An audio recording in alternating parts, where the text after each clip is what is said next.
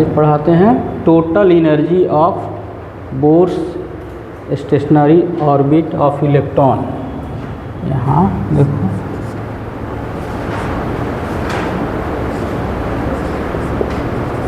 Total energy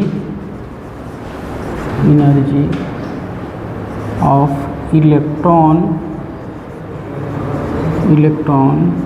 in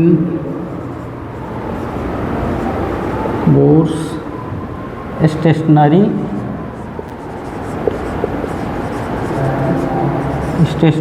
orbit. ठीक है। Total energy किसी भी मैकेनिकल फिनोमेना में टोटल एनर्जी क्या होती है?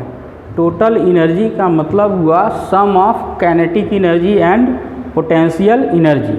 तो एक लाइन यहाँ डिफिनीशन में लिखोगे, the total energy of electron is the total energy of electron will be sum of kinetic and potential energy। ठीक है। Sum of kinetic energy and potential energy, ये दोनों का सम क्या होगा? Total energy. तो टोटल एनर्जी एन ऑर्बिट के लिए E N equal to kinetic energy plus potential energy. Kinetic energy का फॉर्मूला क्या लिखते हो? हाँ, 1/2 mv² प्लस पोटेंशियल एनर्जी का फार्मूला हो गया पोटेंशियल इंटू चार्ज। ठीक है, पोटेंशियल इंटू चार्ज। यहाँ m क्या है? Mass of electron, v velocity of revolving electron, और पोटेंशियल और चार्ज तो फिर हम यहाँ लिख रहे हैं। देखो, तो यह E N equal to 1/2 m mass fix है। वेलोसिटी का फॉर्मूला कल निकाले हो गया। वेलोसिटी रिवॉल्विंग इलेक्ट्रॉन का वेलोसिटी एल्जेब्रिक फार्मूला बताना है। कितना होगा? लेकर बताओ जल्दी। 2 के Z E square by N H और होल स्क्वायर, चूँकि वी स्क्वायर है। पोटेंशियल, न्यूक्लियस के चार्ज को हम किस चीज़ से रिप्रेजेंट करते हैं? Z E. तो जेड ई चार्ज से इलेक्ट्रॉन एन ऑर्बिट में पोटेंशियल कितना जनरेट होगा? 1/4 pi epsilon naught Z E by R. और जो इलेक्ट्रॉन रिवोल्यूशन कर रही है उस इलेक्ट्रॉन का चार्ज कितना होता है? -e। ठीक है। यहाँ तुम 1/4 पाई एप्सिलॉन नॉट के लिए यहाँ पर k लिख दिए हो, तो यहाँ भी k चेंज कर लो। तो फाइनली यहाँ हम E N equal to 1/2 m, इस सब का स्क्वायर हो जाएगा 4 pi square K square Z square e⁴ by n square h square. और यहाँ माइनस होगा, यहाँ तो k लिखेंगे k जेड ई स्क्वायर। और नीचे जो r है, r का वैल्यू हर ऑर्बिट के लिए अलग अलग होता है। तो हम इसका जनरल फार्मूला लिखेंगे, यानी एल्जेब्रिक वैल्यू ऑफ रेडियस। कितना दिया हुआ है? कितना निकाले थे पिछले दिन? जल्दी बताओ।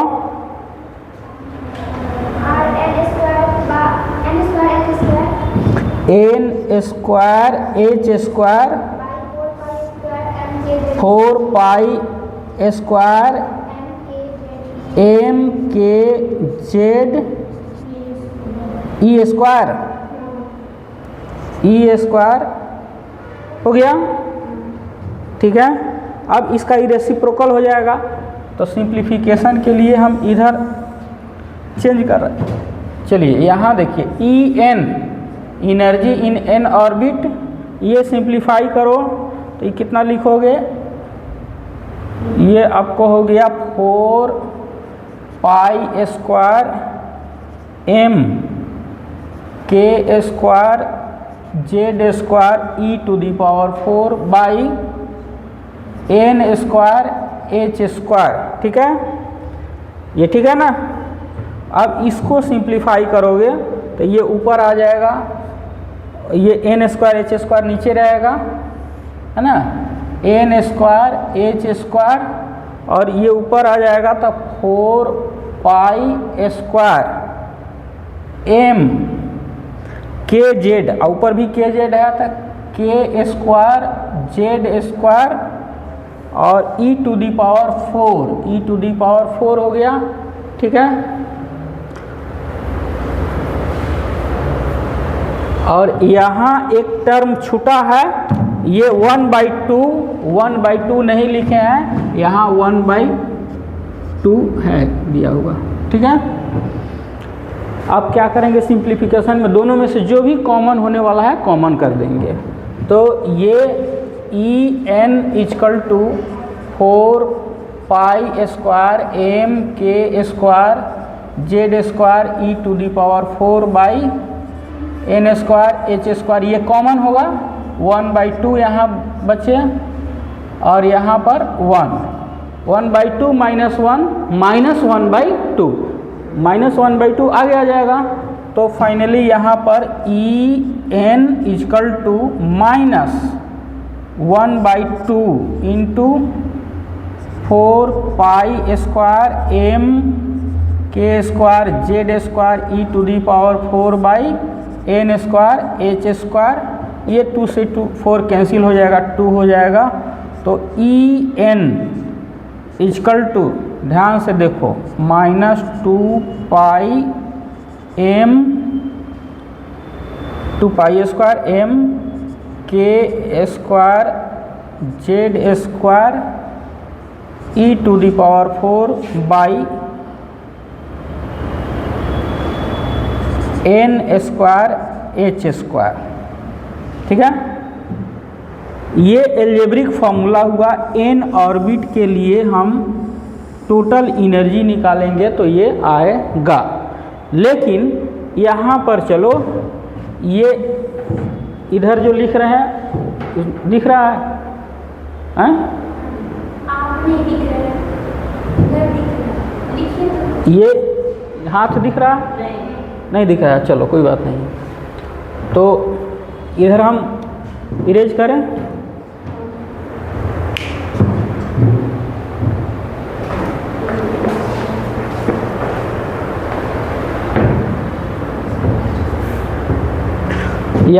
यहाँ जो है ये सब वैल्यू रखोगे। ये एम क्या है, मास ऑफ इलेक्ट्रॉन। ठीक है, के इलेक्ट्रोस्टैटिक कांस्टेंट 9 × 10⁹ वैल्यू होता है। जेड एटॉमिक नंबर, जिस एटम के लिए लिखोगे उसका एटॉमिक नंबर लिखोगे।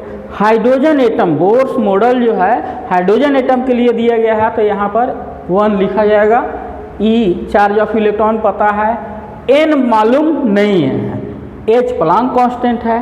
तो इस सारे कांस्टेंट का वैल्यू यहाँ हम जब रखते हैं तो E N equal to N orbit के लिए एनर्जी कितना आएगा, तो 13.6 by N square electron volt, ये हो गया